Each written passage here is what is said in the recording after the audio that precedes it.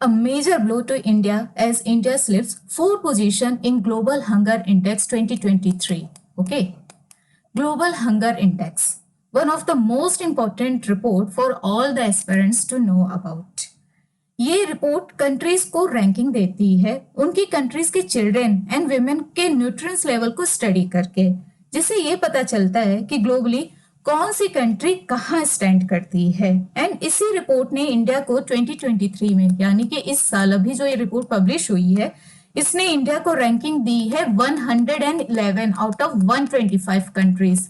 Means 125 countries में से हमारी क्या रैंक है, 111। एंड लास्ट ईयर इसकी रैंकिंग थी इंडिया की 107। इसीलिए मैंने स्टार्टिंग में बोला कि 4 पोजीशन स्लिप हुई है इंडिया की rank. Okay, so what is this report all about? इसे रिलीज कौन करता है, इसके इंडिकेटर्स क्या हैं, एंड इस ईयर के इंपॉर्टेंट पॉइंट्स क्या हैं इंडिया से रिलेटेड, ये सब हम जानेंगे इस लेक्चर में। इस लेक्चर की फ्री पीडीएफ आप हमारे टेलीग्राम ग्रुप को ज्वाइन करके डाउनलोड कर सकते हैं, जिसकी लिंक मैंने लेक्चर के लास्ट में प्रोवाइड की हुई है। तो ये है मेरा नाम, ये है मेरी एजुकेशन क्वालिफिकेशन, इन शॉर्ट ये है मेरा इंट्रोडक्शन। तो चलिए दोस्तों स्टार्ट करते हैं कि क्या है ये ग्लोबल हंगर इंडेक्स। ये देख लीजिए, ग्लोबल हंगर इंडेक्स, जिसको कि हम शॉर्ट फॉर्म में बोलते हैं GHI, one of the most favourite question for UPSC, SSC and other state service exams कि what is this index. India की रैंकिंग जरूर पूछी जाती है, तो आप इतना याद रखिएगा कि 2023 में इंडिया की क्या रैंकिंग है, 111 एंड 2022 में कितनी थी, तो ये थी 107। ओके, अब आगे बढ़ते हैं। Global hunger index 2023, this report is released by concern world wide and Welt hunger health. ठीक है, ये कौन रिलीज करता है, तो ये रिलीज करते हैं ये रिपोर्ट को।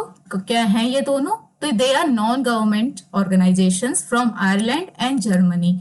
ठीक है, Concern Worldwide is NGO from Ireland and Welt Hunger Hilfe is from Germany. ठीक है, ये थोड़े टंग ट्विस्टिंग नेम्स हैं, बट ऐसा नहीं है कि आपको जुबान पे रटे होने चाहिए, बट आपको इतना पता होना चाहिए कि कौन रिलीज करता है। ऑप्शन देख के आपको आंसर समझ में आ जाना चाहिए। ठीक है, India ranks 111th out of 125 countries, as I have told you in the very beginning only, with a score of 28.7 in 2023 Global Hunger Index.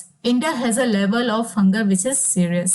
Means we are falling in very serious hunger level. Okay, it has different level, and we are falling in serious level. And what is the score of India? Its score is 28.7 in current Global Hunger Index. Okay.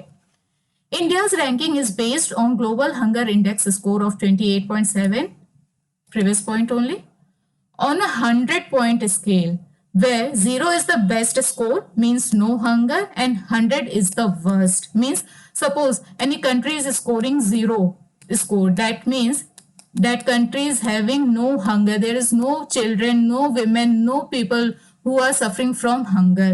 And if someone is getting 100 means worst condition, and we are falling in serious level 28.7.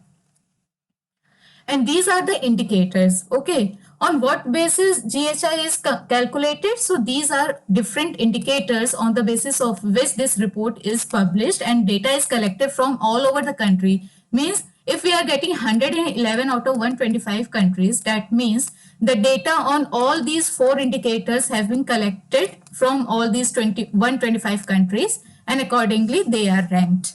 So first one is undernourishment, then child stunting, then child wasting, then child mortality. So these are 4 indicators. ये 4 indicators हैं जिसकी basis पे ये report जो है अपना data collect करती है। ठीक है, अब इनका है क्या, ये चारों चीजें हैं क्या, इनके बारे में भी मैं आपको बताती हूँ। पहले तो आपको ये पता होना चाहिए कि जो 4 चीजें हैं ये फॉल होती हैं किसमें, माल न्यूट्रिशन में। ठीक है, अब माल न्यूट्रिशन आप सोच रहे होंगे कि क्या है। मैंने हालांकि अपने करंट अफेयर्स के लेक्चर में आपको पढ़ाया था, अगर आपने नहीं देखा या फिर अगर आपको नहीं याद है तो मैं आपको एक बार फिर से रिवाइज करवा देती हूँ कि WHO के अकॉर्डिंग माल न्यूट्रिशन की क्या है डेफिनेशन। ठीक है, क्योंकि ये बहुत स्पेसिफिक होता है अगर WHO कोई डेफिनेशन देता है तो ये है WHO के according, malnutrition refers to deficiency, excesses or imbalances in a person's intake of energy or nutrients means कोई इंडिविजुअल है, वो खाना खा रहा है, ठीक है, सपोज ये कोई इंडिविजुअल है, ये खाना खा रहा है और इसने तो बहुत सारी चीजें ले ली। अगर आप देखोगे पूरी प्लेट इसके फुल ऑफ फूड है, ठीक है, बहुत खाना ले लिया, लेकिन इसने इंपॉर्टेंट न्यूट्रिएंट्स वाला खाना नहीं लिया, इसने ग्रीन वेजिटेबल्स नहीं लिया, इसने सैलेड नहीं लिया, इसने सिर्फ और सिर्फ, सपोज मैं एग्जांपल दे रहे, सिर्फ और सिर्फ आलू ही खाया, सिर्फ पोटैटो ही लिया, तो इसको इतना न्यूट्रिएंट तो मिलेगा नहीं। दैट मीन्स कि अगर ये रेगुलर बेसिस पे यही खा रहा है तो ये न्यूट्रिएंट डेफिशिएंट हो जाएगा। ओके, कोई कोई लोग क्या होते हैं कि कुछ ज्यादा ही न्यूट्रिशन को फॉलो करना स्टार्ट कर देते हैं, जिसकी वजह से क्या हो जाता है कि उनकी बॉडी में ओवर हो जाता है कोई भी एक पर्टिकुलर अमाउंट न्यूट्रिएंट का। जिस तरह कभी कभी आयरन बहुत ज्यादा हो जाता है, किसी की बॉडी में मोलिब्डेनम बहुत ज्यादा हो जाता है, तो ऐसे बहुत से ऐसे एलिमेंट्स होते हैं बहुत बहुत ज्यादा हो जाते हैं, उनको पता नहीं रहता है कि वो क्या खा रहे हैं। फॉर एग्जाम्पल वेरी बेसिक, अगर आप ब्लड टेस्ट करवाते हैं तो बहुत बार हम देखते हैं कि प्रोटीन जो है वो बढ़ा हुआ आ जाता है किसी किसी का। क्यों? क्योंकि वो, ठीक है, अगर वो नॉन वेजिटेरियन है तो नॉन वेज ज्यादा खा रहे हैं जो कि प्रोटीन बहुत ज्यादा मतलब कैरी करता है, या फिर अगर वो वेजिटेरियन है तो दाल बहुत ज्यादा, पल्सेस, या फिर दूसरे वर्ड में हम बोले तो लेंटिल्स का बहुत ज्यादा यूज करते हैं, ठीक है, जिसकी वजह से उनका प्रोटीन का लेवल बढ़ गया है। तो ये एक्सेसेस होता है। तो कोई भी चीज लिमिटेड या एक्सेस फॉर्म में नहीं अच्छी लगती है, उससे क्या होता है, इम्बैलेंस हो जाता है न्यूट्रिएंट का, और जब ये इम्बैलेंस हो जाता है तो हमें डिफरेंट फॉर्म की डिजीज हो जाती है बॉडी में, और उसी की वजह से ये माल न्यूट्रिशन होता है। ठीक है, the term malnutrition covers two broad categories, one is undernutrition and other is overweight. Undernutrition वही कि अगर आपके अंदर न्यूट्रिएंट्स की कमी हो गई है तो अंडर न्यूट्रिशन हो जाएगा, और अगर आप बहुत ज्यादा खा रहे हैं जिससे मतलब आप देखते होंगे ओबेसिटी से रिलेटेड है ये। ओवरवेट मीन्स ओबेसिटी से रिलेटेड, जितना आपको रिक्वायरमेंट है आप उससे ज्यादा खा रहे हैं, आपका फैट बहुत ज्यादा बढ़ रहा है, तो उसको ओवरवेट कहते हैं। ओके, नाउ अंडर न्यूट्रिशन में भी 4 कैटेगरीज हैं, और ये कैटेगरीज कौन कौन सी हैं? तो first one is stunting, other is wasting, then third one is underweight, and the fourth one is insufficiency, means stunting, wasting, underweight और insufficiency, या फिर हम इसको बोल सकते हैं insufficiency को lack of nutrients।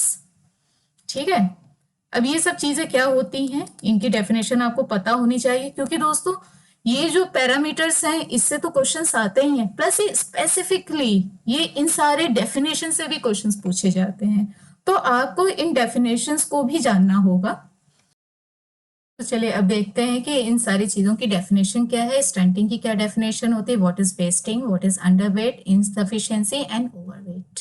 इसमें सबसे पहले हम पढ़ते हैं स्टंटिंग के बारे में। It means a child whose height is too short for his or her age, means low height for as.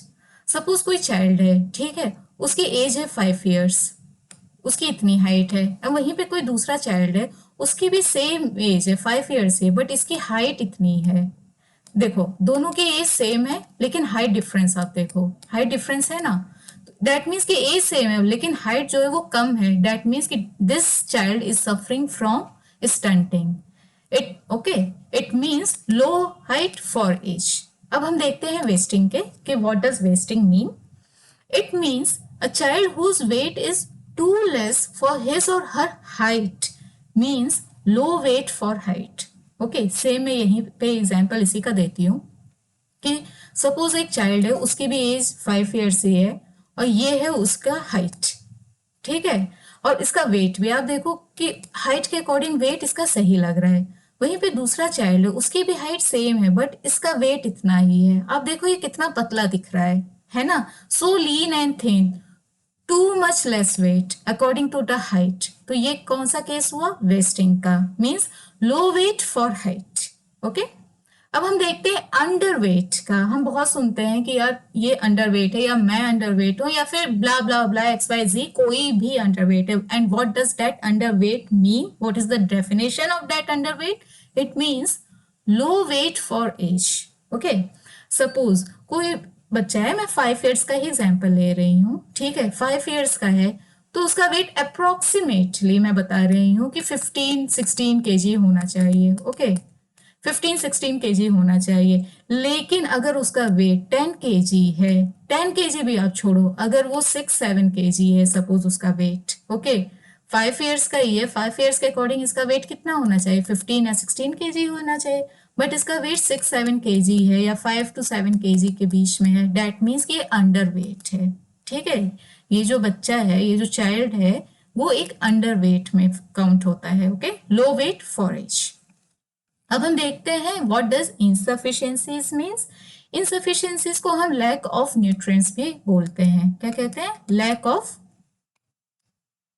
Nutrients. Okay, means lack of essential nutrients required by body to function properly। जैसा कि मैंने आपको पहले ही बताया था कि क्या होता है कि हम खाना तो खाते हैं लेकिन हमें ये नहीं पता कि हम कितना न्यूट्रिशियस फूड खा रहे हैं कभी कभी। ठीक है, जिसकी वजह से कोई कोई न्यूट्रिएंट की बहुत ज्यादा कमी हो जाती है और उसी को हम इस इनसफिशिएंसी या फिर लैक ऑफ न्यूट्रिएंट से सफर करना बोलते हैं। Okay, overweight. ओवरवेट हम सबको पता है, जैसे ही ओवरवेट कोई बोल रहा होगा या फिर मैं बोल रही हूँ तो आपके माइंड में, आपकी आंखों के सामने एक इमेज आ गई होगी कि कोई इंडिविजुअल है, बहुत ही हेल्दी है, ठीक है, वेटेड है, ठीक, मींस ओबेसिटी से सफर कर रहा है। किससे? ओबेसिटी से।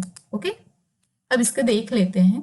When children's caloric intake exceeds their energy requirements, जैसे कि पता है कि कार्बोनेटेड ड्रिंक्स जो होती हैं, मैं एक एग्जांपल दे रही हूँ, जो भी कार्बोनेटेड ड्रिंक्स होती हैं ना, उसमें कैलोरी बहुत ज्यादा होती है। तो जो जितना ज्यादा ये सोचता है कि यार हम तो पतले हो जाएंगे ये ड्रिंक पी के, नहीं, उसमें पूरा शुगर होता है, उसमें कैलोरी वैल्यू बहुत ज्यादा होती है, जिसकी वजह से वो ओवरवेट का शिकार हो जाता है। ठीक है, जब भी कैलोरिक इंटेक जो है वो एक्सीड कर जाता है जितना की रिक्वायरमेंट है बॉडी को, तो वो इंडिविजुअल जो है या फिर वो जो बच्चा है वो ओवरवेट का शिकार हो जाता है। ठीक है, तो दोस्तों ये है ये पांचों डेफिनेशन, क्योंकि ये जो डेफिनेशन है ना, इनसे क्वेश्चंस पूछे जाते हैं। स्टंटिंग की डेफिनेशन आपको वेस्टिंग में करके बता देगा और वेस्टिंग की स्टंटिंग में करके बता देगा और ऑप्शन आ जाएगा both A and B correct, none of the above correct. ठीक है, तो आपको पता होना चाहिए क्योंकि वर्ड्स का खेल है, ये जो डेफिनेशंस हैं काफी कंफ्यूजिंग है, इसीलिए मैं बोल रही हूँ कि मैं आपको समझा रही हूँ, आपको समझ में आ रहा होगा, लेकिन एक बार आप ये पीडीएफ जरूर पढ़ लिया करें सोने से पहले, उससे सारी चीजें क्लियर हो जाएंगी आपको। ये देखिए, ये है स्टंटिंग। सपोज यहीं पे इसका फ्रेंड है, वो भी खड़ा है, तो ये इसीलिए रो रहा है कि यार हम दोनों की एज तो सेम है लेकिन तेरी हाइट बड़ी है मेरी छोटी है, तो ये बच्चा इसलिए रो रहा है। और यहाँ पे आप देख रहे हैं ये बच्चा, ठीक है, इसकी एज सही है, इसकी हाइट भी सही है, बट हाइट के अकॉर्डिंग इसका वेट आप देख रहे हो कितना पतला है ये, तो दैट मीन्स कि that child is following in wasting category. Okay, now what are the key points of the report, ये भी हम पढ़ लेते हैं। With a score of 28.7 on the Global Hunger Index 2023, India has a level of serious hunger. Okay. It added, means this report has added, a rate of undernourishment in India stood at 16.6%. Means India में undernourishment का rate कितना है? 16.6% है. Under 5 mortality at 3.1%. Means under 5 means 5 साल के होने के अंदर ही, 5 साल के अंदर ही, मतलब जिन बच्चों की डेथ हो जाती है उसको काउंट किया जाता है अंडर 5 मोर्टेलिटी एट 3.1%। कितना है? 3.1%। Okay, the prevalence of anaemia in women aged between 15 and 24 years stood at 58.1%। Means 15 years से लेके 24 ईयर्स की जो विमेन है, ठीक है, वो एनीमिया का शिकार होती हैं और उनमें प्रिवलेंस बहुत ज्यादा होता है। और कितने परसेंट ऐसे विमेन हैं? तो वो है 58.1% विमेन 15 to 24 ईयर्स के एज ग्रुप में जो कि एनीमिया का शिकार हो जाती हैं। इंडिया की ये बात हो रही है, ये सारे जो फैक्ट्स हैं, जो डेटा हैं, ये सारे इंडिया के से रिलेटेड हैं, जिसकी बेसिस पे इंडिया की रैंकिंग आई है 111 out of 125 countries. Okay, it ranked the country reporting the highest child wasting rate, which is based on children's weight relative to their height at 18.7%. Means India में पूरे world का सबसे ज्यादा child wasting rate है। कितना है? 18.7%। ये बहुत ज्यादा इंपॉर्टेंट है, इसको आप रट लीजिए कि कितना परसेंट है? 18.7% है। ठीक है, तो ये सारे इंपॉर्टेंट फैक्ट्स हैं जो कि ये रिपोर्ट ने निकाले हैं। बाकी हम और देखते हैं। This year's index showed a four-place slip as in 2022 India rank 107th out of 121 countries. ठीक है, ये मैंने आपको स्टार्टिंग में ही बता दिया था। Afghanistan, हाइती and 12 sub Saharan countries perform worse than India on global hunger index. ठीक है, ये आपको पता है, अफगानिस्तान में आपको पता ही है कि तालिबान का रूल आ गया है। ठीक है, और वैसे भी ये सारे बहुत ज्यादा पुअर कंट्रीज हैं। ठीक है, तो वहां पे जो ग्लोबल हंगर इंडेक्स है वो इंडिया से खराब है। ठीक है, इसमें इतना खुश होने की अभी बात नहीं है, क्योंकि हमारी जो नेबरिंग कंट्रीज है ना वो हमसे अच्छा परफॉर्म कर रही हैं। मीन्स हम हर जगह बहुत अच्छे परफॉर्म कर रहे हैं, भले ही वो स्पेस से रिलेटेड हो या फिर हम बोले तो हमारा इंटरनेशनल रिलेशंस भी इतना अच्छा रहता है कि जो ऑयल सप्लाई वगैरह है इंडिया के विद अदर नेशन, वो भी ज्यादा हैम्पर नहीं होते in comparison to our neighbouring countries और in comparison to any other country around the globe. But still we are getting 111th rank. That's why India has rejected this ranking. Okay. तो इसमें अब देखते हैं India के neighbouring countries के क्या rank है। तो पहले हम देखते हैं पाकिस्तान, इसकी 102nd है रैंकिंग। ठीक है, कितनी? 102nd। बांग्लादेश की 81st रैंकिंग है, नेपाल की 69th रैंकिंग है और श्रीलंका की 60th रैंकिंग है। अगर आप देखो तो इंडिया की रैंकिंग अपने नेबरिंग कंट्रीज में सबसे डाउन है। सबसे अच्छी किसकी है? श्रीलंका की है, फिर नेपाल की है, फिर बांग्लादेश, फिर पाकिस्तान। ओके, और चाइना की तो बहुत अच्छी है, इसका स्कोर आया है 5, मतलब ये मॉडरेट कंट्रीज में फॉल करता है चाइना। ओके, तो दोस्तों ये थी आज के इंपॉर्टेंट ग्लोबल हंगर इंडेक्स पे लेक्चर। अगर आपको ये लेक्चर हमारा अच्छा लगा हो तो प्लीज हमारे चैनल को लाइक, शेयर, सब्सक्राइब जरूर करें। उसके अलावा आप हमें टेलीग्राम, इंस्टाग्राम और फेसबुक पर भी फॉलो कर सकते हैं। जैसा कि मैंने आपको स्टार्टिंग में बताया था कि टेलीग्राम की लिंक मैं लेक्चर के एंड में प्रोवाइड की हुई, तो ये है ये लिंक। आप इस लिंक को क्लिक करके हमारे ग्रुप को ज्वाइन कर सकते हैं और फ्री पीडीएफ डाउनलोड करके अच्छे से अपनी प्रिपरेशन को और बूस्ट अप कर सकते हैं। थैंक यू दोस्तों।